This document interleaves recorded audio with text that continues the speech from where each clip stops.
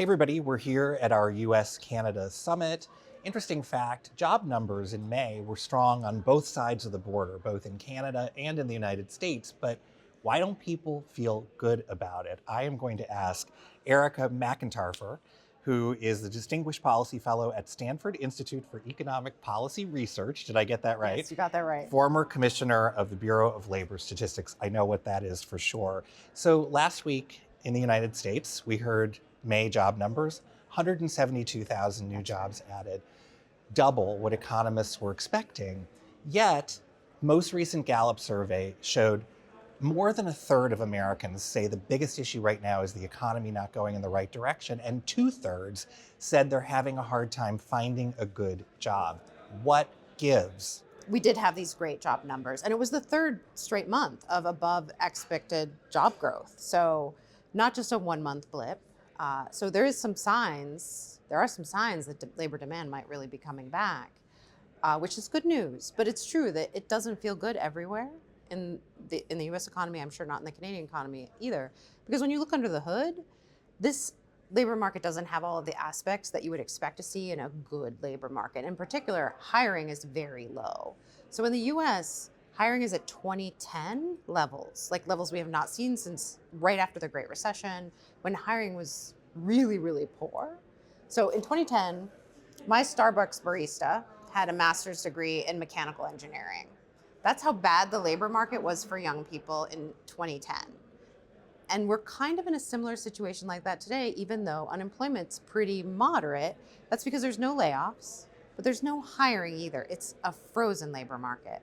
And that means it is actually a really tough time if you're looking for a job. So help me understand then, if we're adding 172,000 jobs, then why is that not helping to grow the workforce? So it's a very good question. And it could be that we're just the recent payroll gains we've seen and those numbers aren't showing up yet in the labor force survey, so it's not moving the unemployment rate down.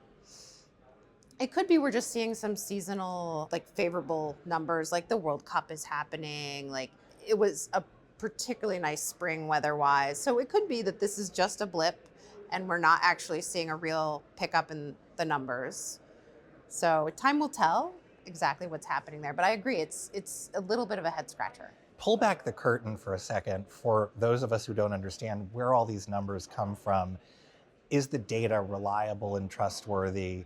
How do you compile what the month's job report looks like? The payroll survey, the one that we just had, the 172,000 job growth, that is a survey of firms, 600,000 firms. So it's a very large survey. Most firms that are large are in there all the time, and they send monthly reports to the Bureau of Labor Statistics, usually electronically. For smaller firms, there's a lot of phone calls that are made.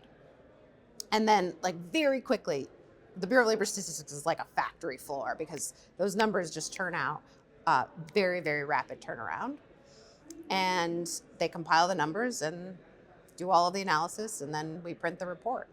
And on the labor force side, that's a household survey. And so we contact 60,000 households and ask them about their labor market experience. You really have to talk to households to know why people are not working. So as I mentioned, job growth in Canada in May as well as in the United States. However, Canada's unemployment rate remains higher than in the US by a couple of points. It's significant. And I'm just curious what the connection is, because they're obviously such shared economies in so many ways, right? Do we look at Canada as foreshadowing where we may be going, or the opposite? They're different labor markets with slightly different dynamics. I'll speak to the US context, which I really do understand. Part of it is that layoffs are very low. That's true here in Canada too. So that's keeping a cap on the unemployment rate.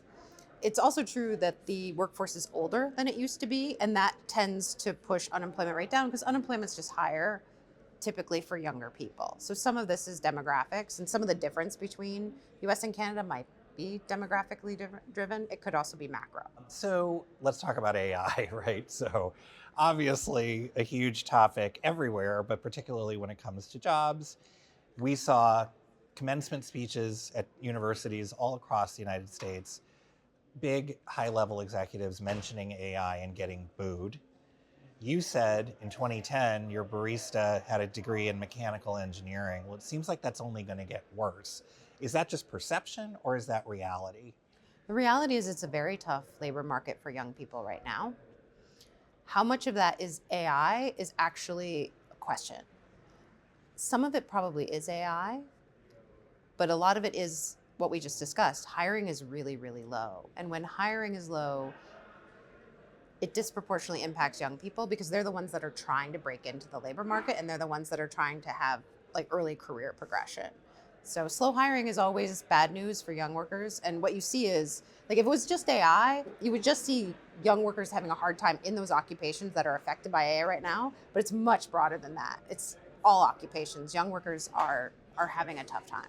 We heard today on the main stage here at the summit, experts saying America's workforce is aging, retiring at a rate of something like 10,000 per day, similar in Canada, and by the way, across the G7, aging workforces. So if young people aren't taking those entry-level, or there aren't entry-level jobs for young people is the way I should say it, how do you build the workforce of tomorrow? And are there policy levers that should be in place right now to look to the future?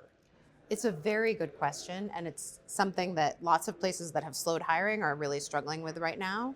I'll give an example from very recent history. So after the housing crash, construction firms stopped hiring young people. And they actually stopped hiring young people for almost a decade. And then construction came back. And there was like a building boom during the pandemic. And they're like, where's the next generation of construction workers? Well, they didn't hire young people for a decade, and the workforce aged more rapidly than the US workforce overall, and then they just didn't have any workers that had been trained. So they had shortages everywhere, and that could happen more broadly if this continues. So to end on one more question on AI, what we hear from a lot of tech executives, and not just tech executives in fairness, really I've heard this from economists too, that like any industrial revolution or technological revolution, it's going to change the workforce, but new jobs can be created. Are you optimistic that that's true, and is it going to happen quick enough for the people, the population that we're discussing? So I am personally fairly optimistic that that will be the case, that new jobs will be created, and new technology is always disruptive.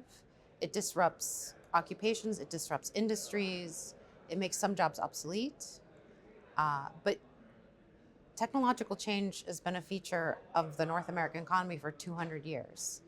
And we have a lot of economic history to look back on, and what happens is new jobs are created. Most of us have jobs now that our grandparents couldn't even conceive of. All right, well, Erika McEntarfer, thanks so much for being here. Thank you for having me.